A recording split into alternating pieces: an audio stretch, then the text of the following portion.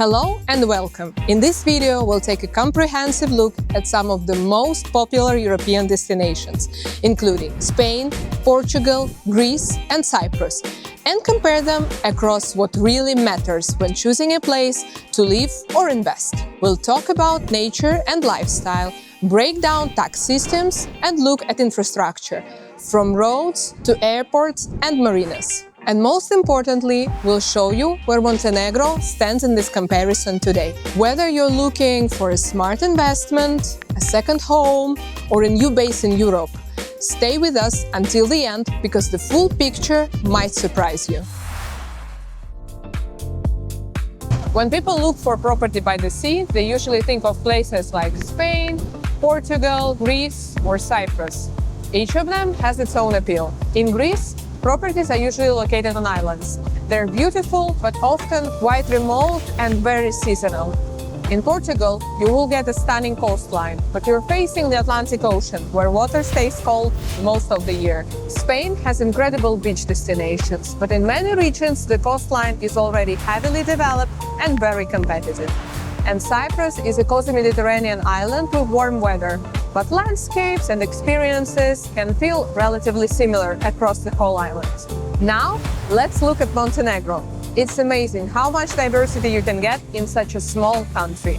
First, beaches. Here you get every type of beach, from dramatic rock landscapes to beautiful sandy beaches. The water of the Adriatic Sea is very clear, and many Montenegrin beaches have received Blue Flag certification for several consecutive years, confirming their environmental cleanliness. Ecology and air quality in Montenegro are next level. Here, enjoying fresh sea and mountain breezes, along with amazing natural food, becomes your daily life. But Montenegro is not only about the sea. Within 2 hours of driving, you can go from beautiful coastline to the mountains, which means in the summer you have endless options for outdoor activities. Sailing, exploring the nature, and in winter, you can go skiing in the mountains. Another truly unique place is the Bay of Kotor. Many people call it a fjord, although technically it isn't one, because of its dramatic mountains and deep blue water. The Bay of Kotor is protected as UNESCO World Heritage Site, and it's filled with historic towns like Kotor, Peras, Risan, and Herceg-Novi.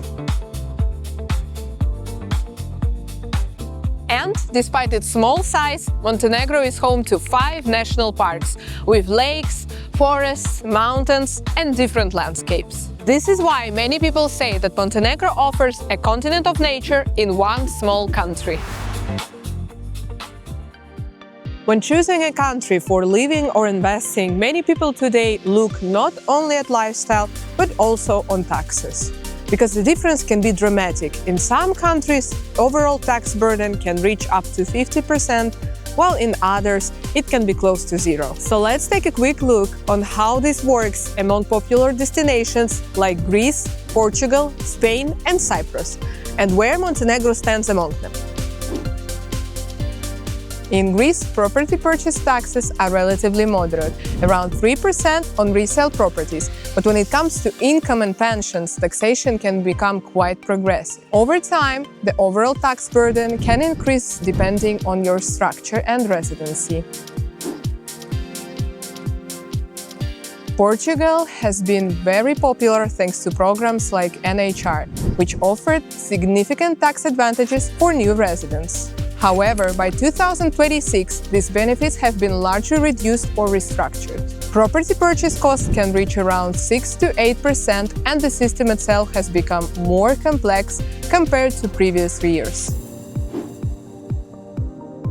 Spain offers a strong lifestyle and infrastructure, but from a tax perspective, it remains one of the heavier jurisdictions. Purchase taxes typically range from 6 to 10%, and additional taxes on income and wealth can significantly impact long-term ownership.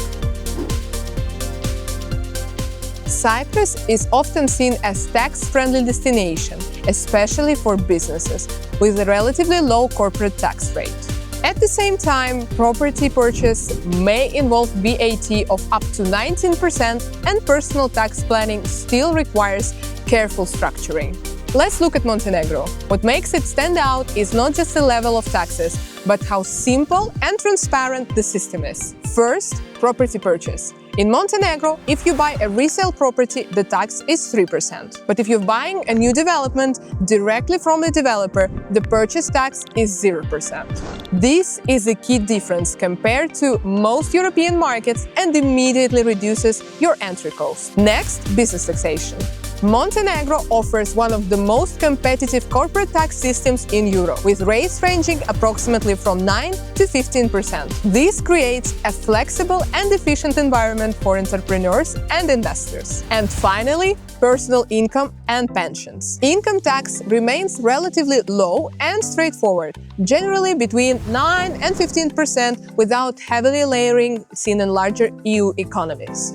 So when we look at the overall picture, each country has its own strengths. Spain remains one of the most developed and stable environments in Europe, with its strong infrastructure, high quality of life, and a mature legal system. It's a solid choice for those who prioritize security and long-term institutional stability. Cyprus stands out as a very efficient jurisdiction for businesses, especially for entrepreneurs who value simplicity in corporate taxation and international structuring. Greece offers a balanced lifestyle with relatively accessible entry costs and attractive locations, particularly for seasonal living or lifestyle-driven investment. Portugal still keeps its appeal for relocation, especially due to the history of favorable regimes and strong international community, although the system today is more structured and less preferential than before. And finally, Montenegro.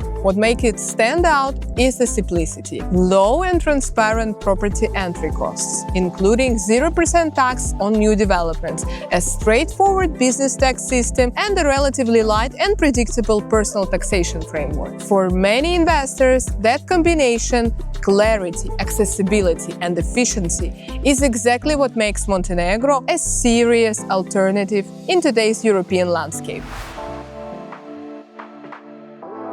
Infrastructure directly defines everyday comfort. How easy it is to travel, move around, receive guests, or simply enjoy the life all year round. So let's take a closer look on how infrastructure works across popular destinations like Spain, Portugal, Greece, Cyprus, and how Montenegro is developing within this landscape. In larger European countries like Spain, Portugal, and Greece, road infrastructure is naturally more developed due to scale, population, and long-term EU investments. Highways, regional connections, and logistics systems are well established and highly efficient. At the same time, Montenegro is going through a very active transformation phase. Over the past years, the country has started systematic investment into its road network. One of the most important milestones is the new highway connection from the coast to northern region around Kalashin,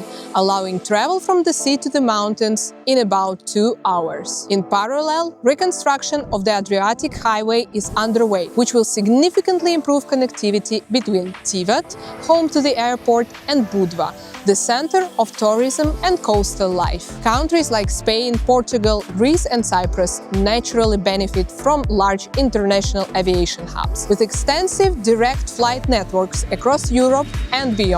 Montenegro, despite its size, has a surprisingly strong aviation setup for a young country. There are 2 main airports, Tivat and Podgorica. Additionally, many travelers use nearby alternatives such as Dubrovnik Airport and Tirana International Airport, both within easy driving distance.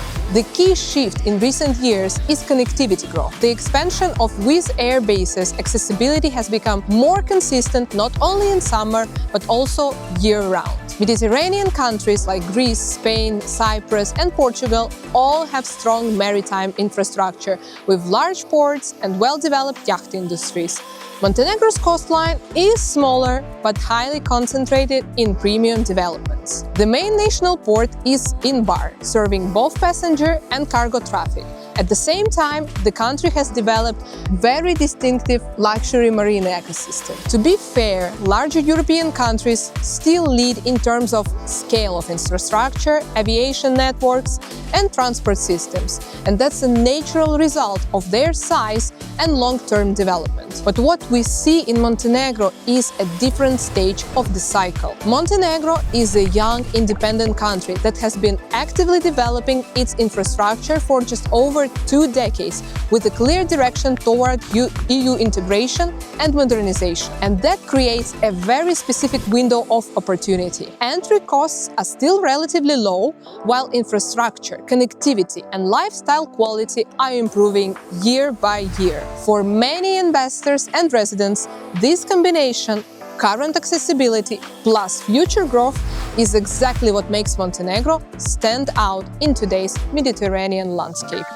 So when you look at the full picture, nature, taxes, and infrastructure, Montenegro offers something quite unique. It's a place where you can still enter the market at a relatively early stage while the country continues to grow, develop, and integrate into the European system. You're not just buying property, you are positioning yourself in a market with strong long-term potential. If you like to explore opportunities in Montenegro, get in touch with our team. All contact details are in the description of this video. And if you have any questions about the country, the market, or the process, leave a comment below and we'll be happy to help you.